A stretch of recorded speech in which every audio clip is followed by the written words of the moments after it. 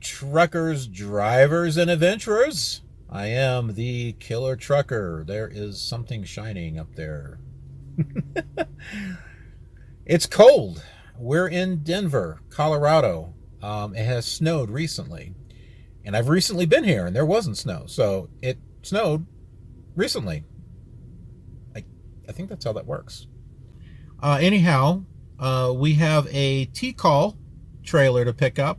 Oh joy, we got another one. Yeah, it's a domino effect, you know. We had the T-Call the one, and then pick up a T-Call, and then I didn't feel that I could safely deliver that load. And here's a picture right here of the area that they wanted me to back into. You know, for someone that's got months, years of experience, I'm sure it's not a problem. Man, what's the problem? You just get back in there. Okay, great. I got about a month that I've been out, that I've been out on my own. I don't know. month and a half. I don't know. I haven't figured it out yet. Anyway, for someone new like me, who's never driven a truck and a 53-foot freaking trailer where I can't seem to get it where I want it to go, it's a little bit different for someone like me. And it's not like I had a whole lot of room to work with. I mean, some of you may think, you had some room to work with there. Not as much room as I would be comfortable with. If that building wasn't there, you know, off to the side, I think I could have done it. If that truck hadn't been right next to that spot, I think I could have done it. But the fact that that dock was right there in the corner, and that right next to the side of that building, and not only that, but there's a fenced area with little yellow poles sticking out like this. Yeah, you know, I had a really bad feeling about it. Just like I had a bad feeling, you know, when I was in that Costco parking lot. Just like I had a bad feeling when I was going to drop that empty with the tandems all the way to the back. We know what happened with those two. I did not want a repeat thing happening. So, and it's like, if you don't feel comfortable, you don't feel safe, just stop what you're doing. Okay, I did. I stopped. I called. And I said, I can't do this. I don't feel safe. Okay, it's all right. We'll get a T-called. You know, and then later I get a call from my driver later, which really, you know, didn't make me feel the greatest. So, you got this thing T-called, huh? Yeah, I did. I was told that if I didn't feel safe about something, to go ahead and stop and call. And that's what I did. So, I don't know how supportive my driver leader is. Or she thinks I'm crazy. I don't know. Maybe I am crazy. I don't know. Let me know in the let me know in the description.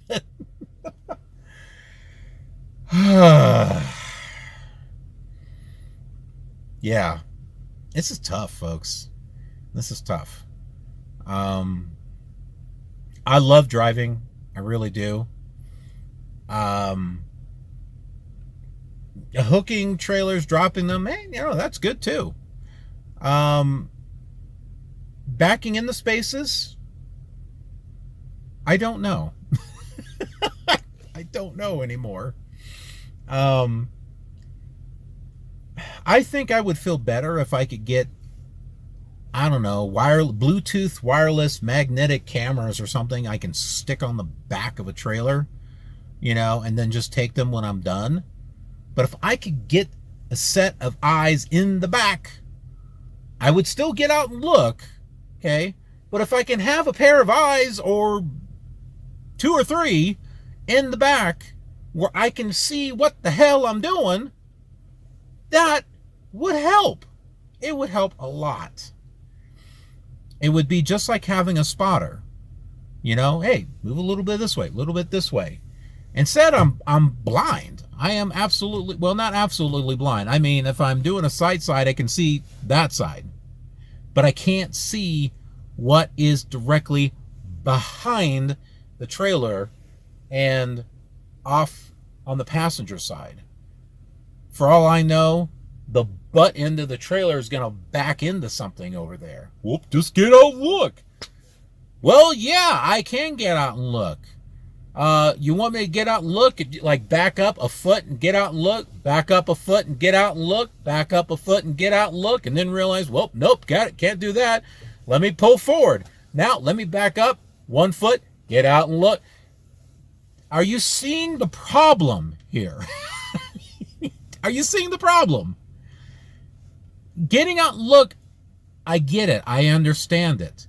But to tell someone, you're just going to have to take it slow and get out and look as many times as you need to. Yeah. For folks that have been driving for a while, maybe I'm wrong, but I think there's more to it than that. I think telling someone to go slow and just get out and look,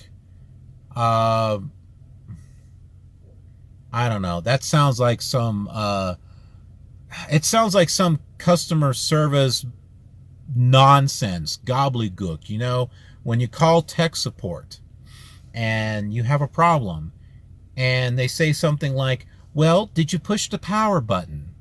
Did you hit the return key? How about you close all the windows and clear the cache? Did you make sure it's plugged in? Do you see where I'm coming from? That's what I'm talking about, okay? When someone, you just have to get out and look. It doesn't help. It doesn't help. I need something else, okay? And, you know, maybe it's just me. I'm a very technical type of person.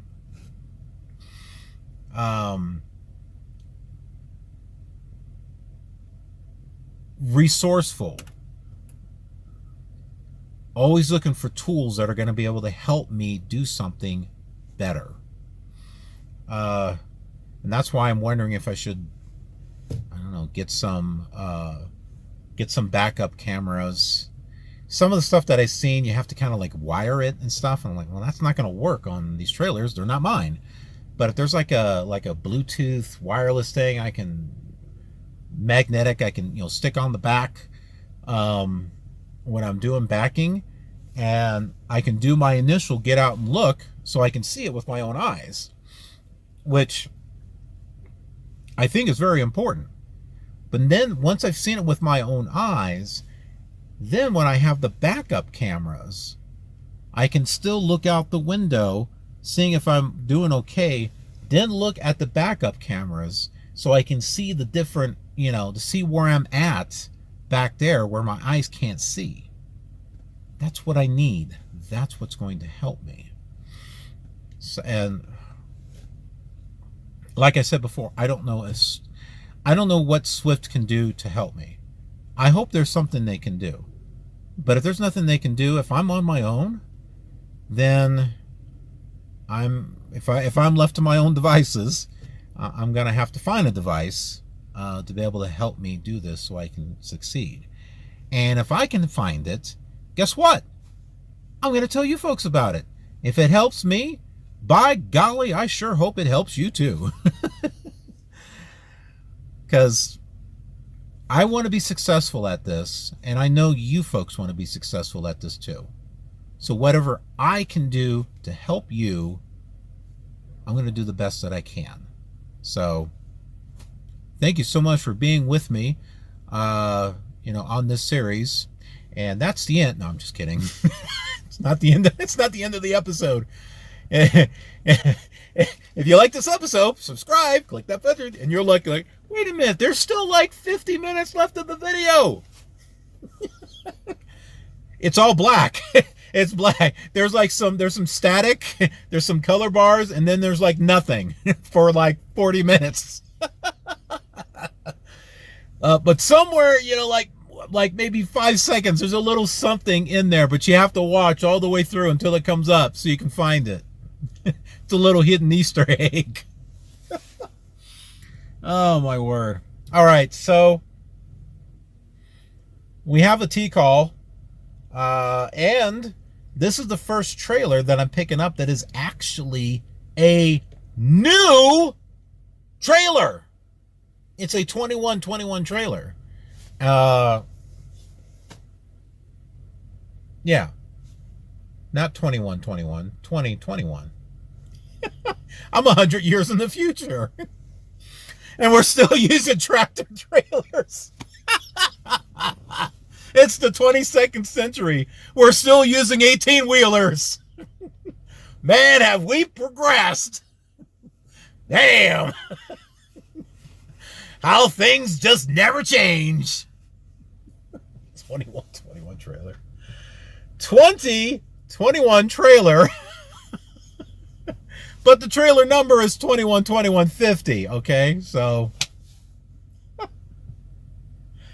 it's too bad it didn't say 2112 as in Rush, 2112, because that would have been awesome.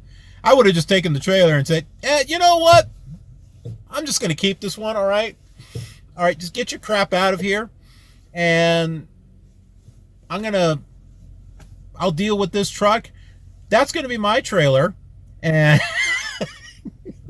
2112 Rush, hey, yeah, I'm good for that. That's mine. You ain't having it now. I ain't giving it to you. Yeah, but we need you to drop. Nope, not dropping it. Sorry, that one's got my name all over it. It's mine. How much time did we waste? Whoa, 12 minutes. Wow, my goodness. I spent like, a quarter of an hour just... All right, well, let's go get the freaking trailer. Jeez. For some reason, something's holding it in place. That just about scared me. The landing gear's down. So that should be fine.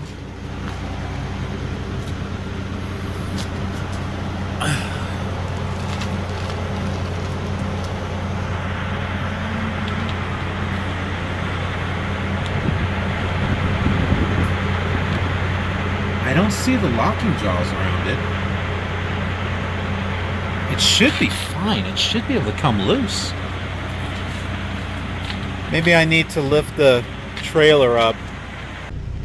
I just hit my head on the fender. There. Mirror.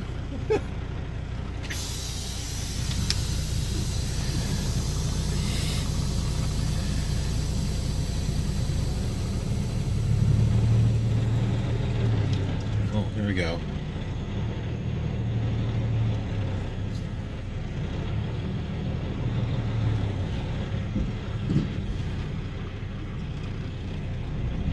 Oh. Good.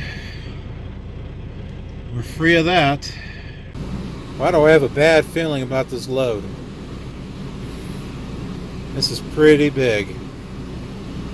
Look at that. Almost 80,000 pounds. And the tandems are not at the 40 foot. They're not all the way to the back either. But oh boy, and this is going into Flagstaff, which I think some areas are tight. I think I'm going to need a little bit of time to figure this out and see if this is something that I can safely do. Okay, this is what my Garmin is giving me. From Denver to Flagstaff, that makes sense, right? Going down to Albuquerque and over, right? What in the hell is Swift doing here? What is this? What the hell did they have me going through?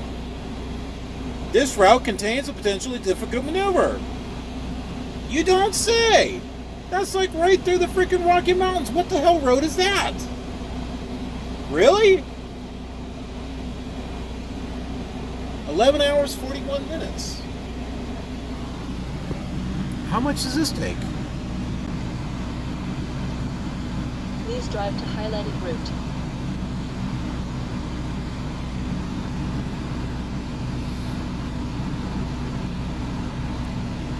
10 hours and 44 minutes. And it's 1 hour extra with what Swift is giving me. Alright, how many miles is this total? 771 miles.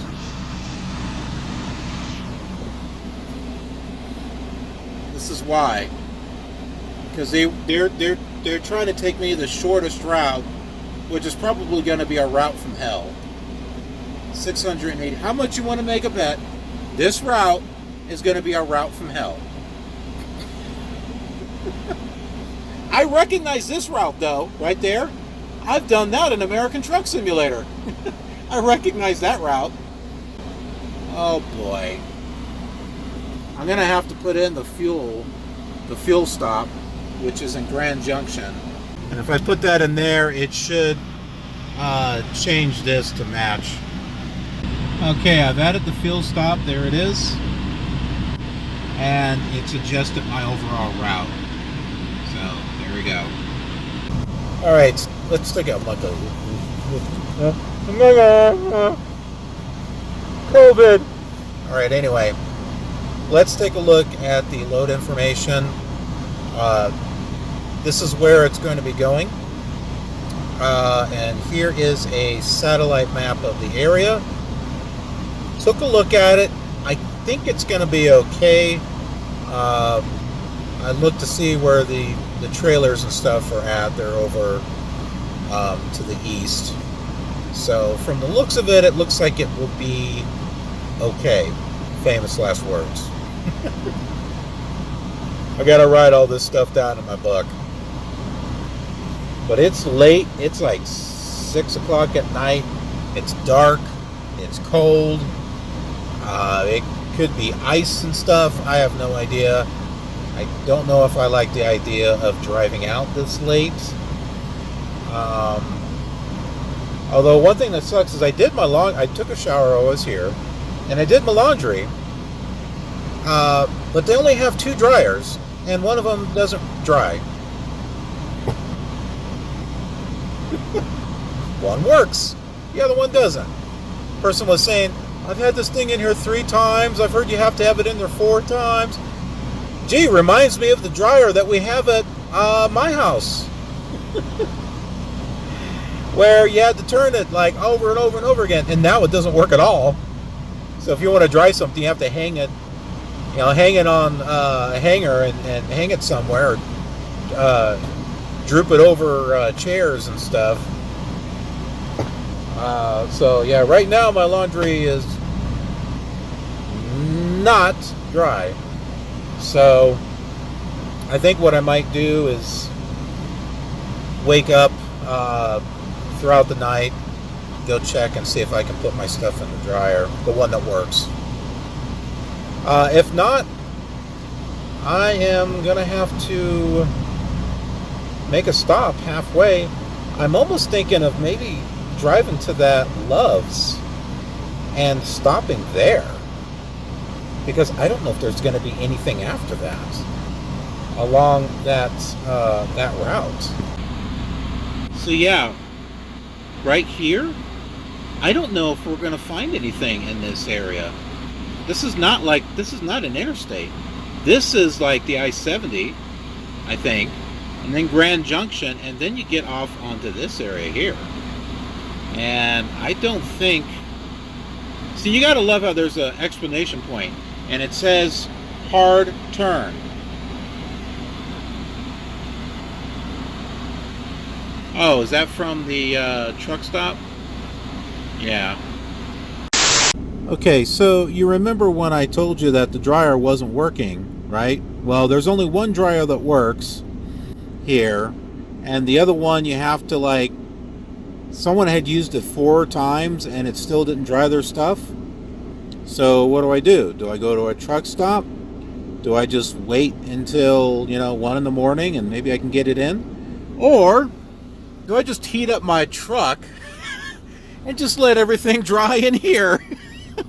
Well, you know, I'm thinking about going with this because, hey, you know what? My pillowcase is almost dry. So I just got stuff laying all over the place.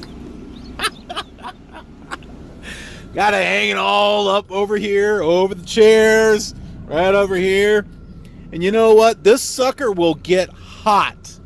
This truck will get hot, and since it is so cold outside, it won't turn off. So I'll just turn this sucker on. It's just gonna get so hot in here, but it is gonna dry everything. I got my own dryer right here, dang it. So this is what it looks like when you don't have a lot of room and you want to change your bed sheets, which is what I'm doing right now. I've got these nice red ones here, and I've got this other bedspread here. So where did everything go? Well, it kind of went there, and it went over here, and there, and over there, down there, a little bit over here, some over here.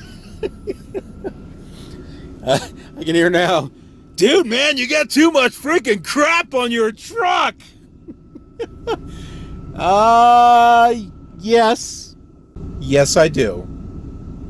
What's your point? I packed as if I was going to be out for several weeks at a time. Okay. Yes, I'm going to bring my stuff with me. Is there room for you? No. Ask me how much I've used this stuff. Hardly any. Okay. I had to take my shirt off. Sorry, folks. It's getting really hot in here. But I think the stuff is drying. But take a look. Get out and look. Look at that. Another gamer thing here with Pandy. And underneath here is the red sheets here. See that? So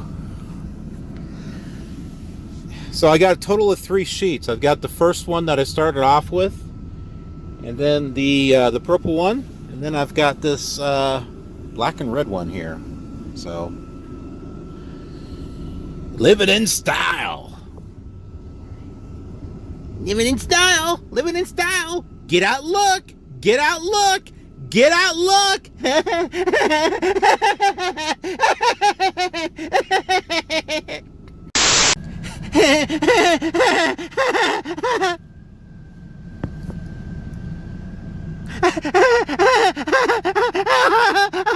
out, look. Yeah, you people might think I'm crazy, and you're right. But my pillowcases from before, they are now dry. I turned the towel upside down. So that stuff up there is dry. I moved some shirts around back there, moved my socks around. This stuff here is almost dry.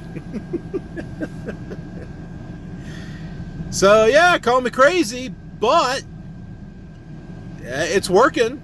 It's working a lot faster than that so-called dryer inside the driver's lounge, you know, where after 4 times it doesn't get dry. So it's called improvising. You might be a redneck if you use the inside of your truck's heater to dry your clothes and bed sheets. You might be a redneck. Yeah, maybe, but I got a feeling that there's probably a lot of truckers that are rednecks, but I don't know. Is my neck red? I don't know. What do you think? Oh, good morning there. Truckers and drivers and those that like to go adventure. No, it's not the start of the episode. So I don't say my whole spiel. I do that at the beginning of the missions. Not at the beginning of each part, if that makes any sense. So we're not going to be doing a whole lot of driving today. And that's because the route that they're taking us is going to be going through like the Rocky Mountains and stuff, and it's cold. There's been snow, there's been ice, and I'm going to be taking my time going through there. So we're basically going to be going to the fuel stop, and I'm going to stop there for the day. Also too, I don't know what is on that route along the way to Flagstaff. There may not be any other decent spots to stop, so I figure we'll break it in half. I'll do half today and half tomorrow. My goodness, it dropped to like 19 degrees. Absolutely crazy. And yeah, my truck stayed on as long as I wanted it to stay on. I didn't leave it on all night. I would have burned up. And it was good enough to dry my laundry. But yeah, I didn't have to worry about starting it every 2 minutes. So there you go. There is some type of sensor somewhere out there on the truck to where if it's over a certain degree, the AC stays on, or the engine stays on. If it's under, which I think might be 25 degrees, the engines will stay on, so that way your heater can stay on. So that's how it's set up. I just don't know the specifics. And we've been here. Some of the snow has started to melt. But yeah, this is where my mentor was showing me this tire that they use to practice putting tire chains on. Driver's lounge is over there. I just came over here to see about getting maybe some milk and some orange juice or something for breakfast. I already had a couple of breakfast bars, but yeah, just thought I'd do that and do the pre-trip and we'll get rolling. Of course, no one's using it now. This is the one that, yeah, it turns on, but it doesn't heat.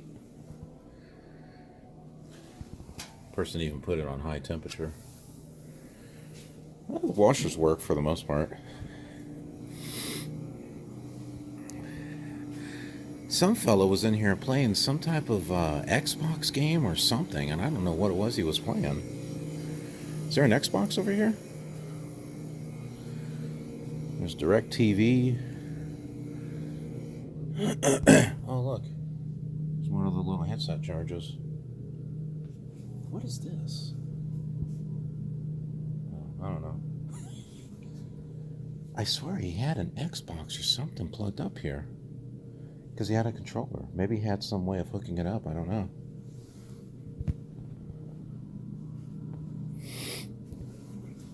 What do we have as far as liquid refreshment here? Chocolate milk. That sounds like a winner. And orange juice. No pulp. Dang it. I like orange juice with pulp.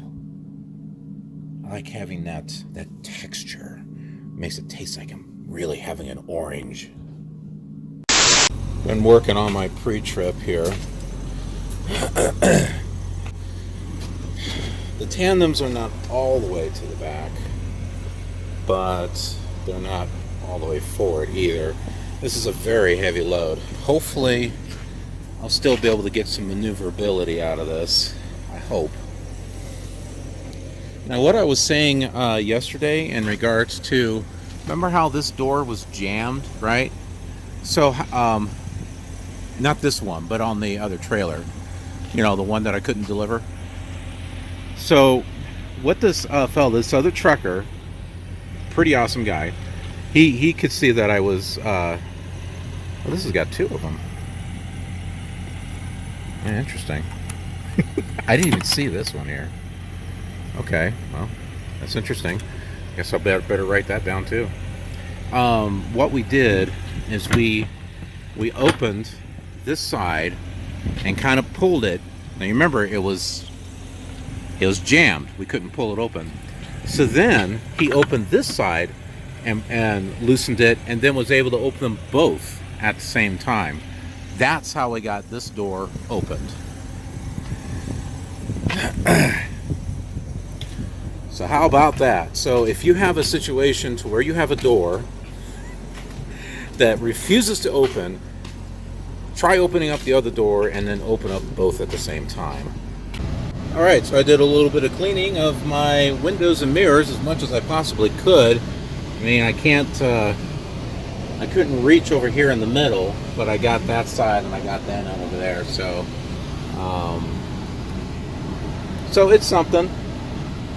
I don't know how much will show on the POV, point of view drive, but hopefully it won't be too noticeable. But let's go ahead and get going. We're going to be going to Grand Junction. That's where we're going to be making our stop.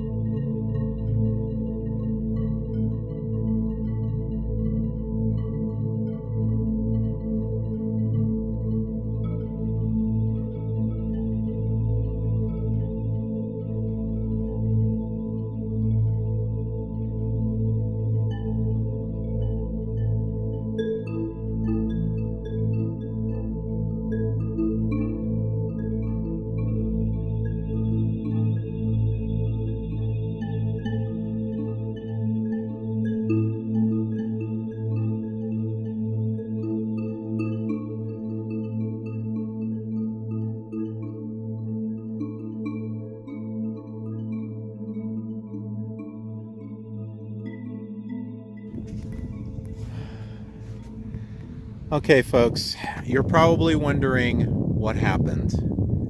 This was not my scheduled turnoff at all. That hill, you saw it. It was very, very steep. Now I was trying to put together the stuff that I learned in regards to going down steep hills. One, you notice your safe speed and you brake to get 5 miles down below it, and you keep doing that. So you use your brakes to get down to 30, speeds up to 35, use your brakes to get down to 30. That's exactly what I was doing. And since it was cold, there was snow, there was ice, I didn't use my engine brake. I did not use the Jake brake because, as we covered in the last episode, there was someone from Phoenix who used their Jake brake and their truck jackknifed. So I did not want to do that. But I am pulling, and you saw the sheet, nearly 80,000 pounds with this truck going down a steep, very steep hill. My brakes smoked. They were smoking. I don't know if you could see any of the smoke coming through going forward. It was definitely and here's the thing, I only noticed that they were smoking because it was hot in the cab. Could be part of the reason. So I rolled down my window to get some air, and I smelled them. And I looked at the side mirror, and I saw the smoke coming from them, and I'm like, crap. I called the driver lever team. They told me, take the next exit. I did. There's two tanks, two air tanks. One of them was the zero. And when I was using the brakes, they had failed. They did not work. I was not slowing down. I pulled the brakes. I pulled the tractor brakes, which pulled the trailer brakes. They slowed me down. For a moment, I thought I was going to wind up right in the middle of the road, but it slowed me down enough to where I didn't get in there. I didn't panic. I was worried, but I didn't panic. I remembered my training. I went ahead and I pulled those brakes, and hey, I had experience with that happening, and we saw that where the airline got disconnected and the spring brakes popped out, and we just came to a stop. We just slowed, not quickly, but it slowed to a stop. The same thing happened. It's just the airline didn't break loose. Now, call it coincidence if you want. Call it maybe a higher power out there. But the fact that I got a brand new trailer, 2021 trailer, I'm wondering if that saved my life. Had this been an older trailer, I don't know. I don't know what would have happened.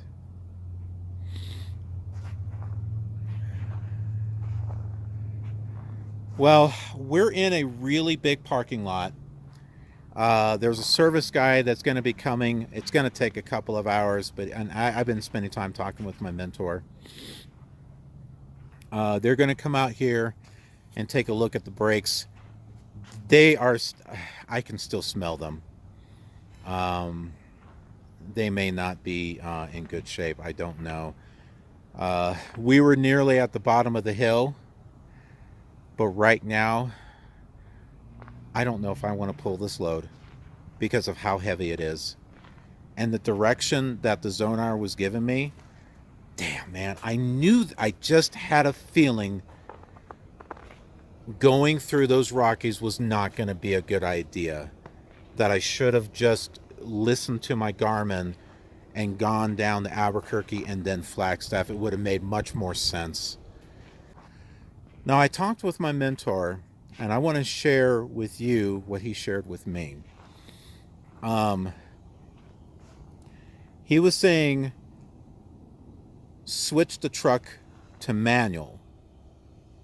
Even if you can get it to go only 12-20 miles per hour, switch it to manual. And there are like 3 settings for the engine brake. He said that you should be able to use the first setting of the engine brake, which is just a little bit, in combination with the manual. I was not sure if the manual was going to work, because I remember I could have sworn I remember that when we switched to manual, it just switched to automatic anyway. But I could be wrong. But I know for a fact that it did that on the Kenworth when I was with my first mentor for flatbed.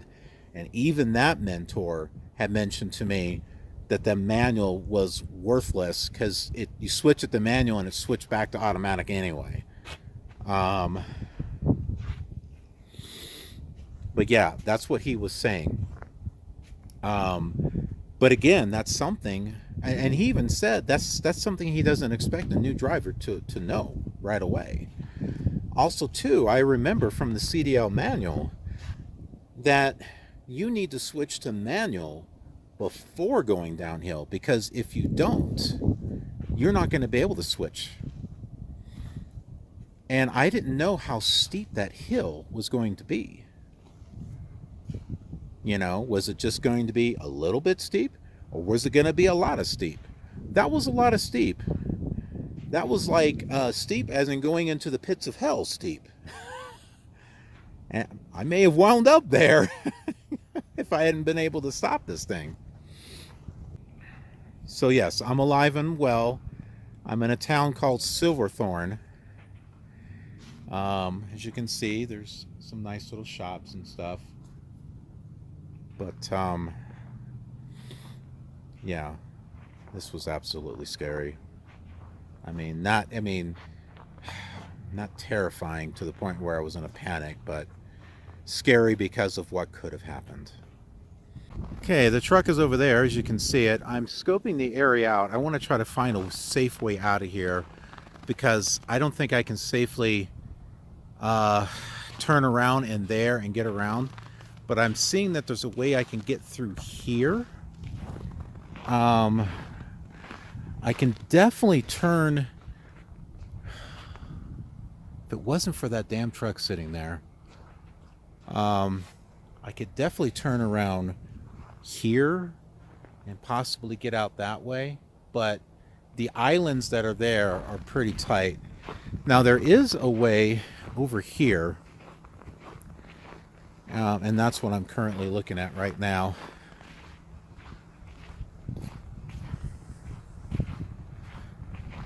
I see a stop sign, so I think I can come around over here. Just take it safely. It looks like it's wide enough for me to be able to make a turn. Ooh. I take that back. No, it's not. I thought this went around, but it doesn't. Look where it goes. I won't be able to get around that.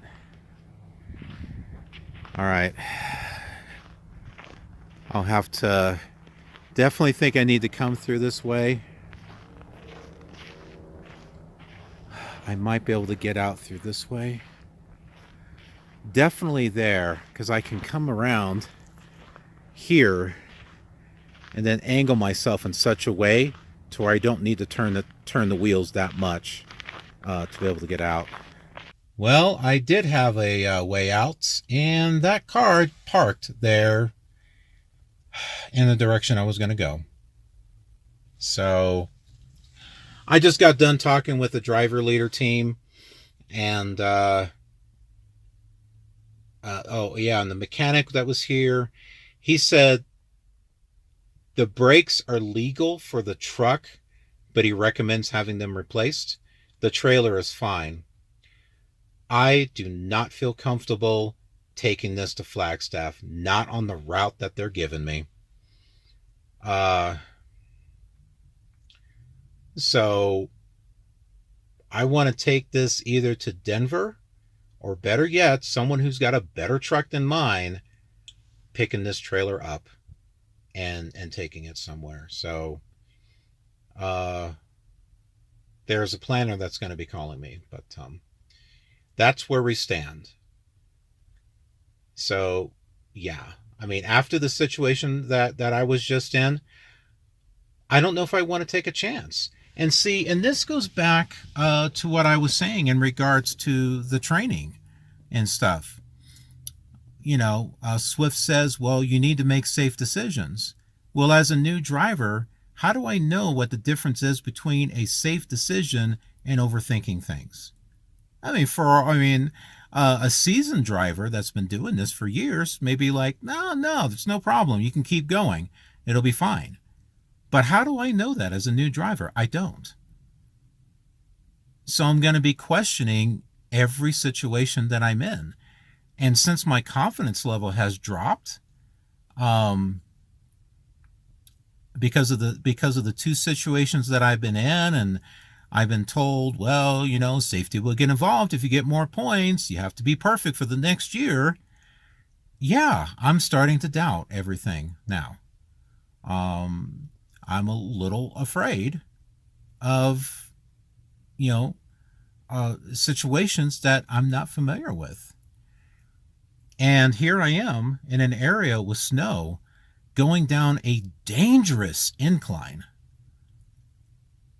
with very little experience. And it could have easily gone wrong. It could have easily gone wrong. I was lucky. I was blessed. I think someone out there is definitely looking out for me. But I only wish that other people who have had problems, I wish they could have been saved from that trouble. And my hope is, with what I'm experiencing, you folks can learn from this more than just driving on your own, or like I said, a mentor can only teach you so much. And suppose everything goes smoothly with your mentor and then it doesn't afterwards. I mean, since going solo, look at everything that's happened. I mean, with my mentor, quite a few things happened, but I thought it was somewhat prepared. When I went on my own, it felt okay. And then it just got more and more interesting. So anyways, that's where we're at. Personally, I think I would rather, someone else to come get this trailer. And then I can bobtail. I'll bobtail to, it's probably closer to Denver, so it's probably better if I just bobtail over back to Denver. But I'm willing to bobtail over to Salt Lake City too, so either way. Okay, I think I do have a way out of here. I gotta watch and make sure I don't slip. You see this road over here? This is the one that we were walking on. I actually got my trailer positioned in such a way where I can just back up right in here, and then I can move forward this way. Now, depending upon whether or not there's cars over there will determine whether or not I can get out. The fact that this truck over here,